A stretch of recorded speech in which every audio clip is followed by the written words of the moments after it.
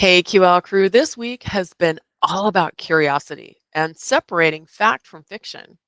We've conducted backwards experiments with measuring our food intake, looked at food labels informally, and we're literally taking food portions into our own hands.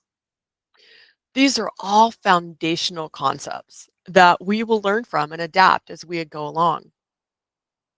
I hope you're having fun being curious.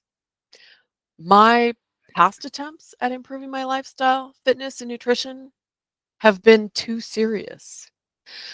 Though we'll get more serious about nutrition as we go along, learning this stuff doesn't have to feel like detention. As the Breakfast Club characters began to open up, they unraveled assumptions that they had had about each other. And I suspect many of us will do this about fitness and nutrition throughout our year together. Before we wrap up, here's your to do list.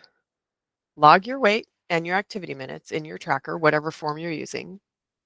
Activity, remember, doesn't have to be formal. Think of the kids in detention dodging Mr. Vernon. By this point in the course, 10 minutes a day should start to be doable for you, unless, obviously, you and your physician have another goal that you're working on. Keep moving forward. If you experience personal resistance, reconnect with your personal why. On the nutrition front, try reverse measuring your food portions at least once a day, or if you're one of those folks that has that crazy 12 hours on, 12 hours off schedule, do it twice on the days when you're off.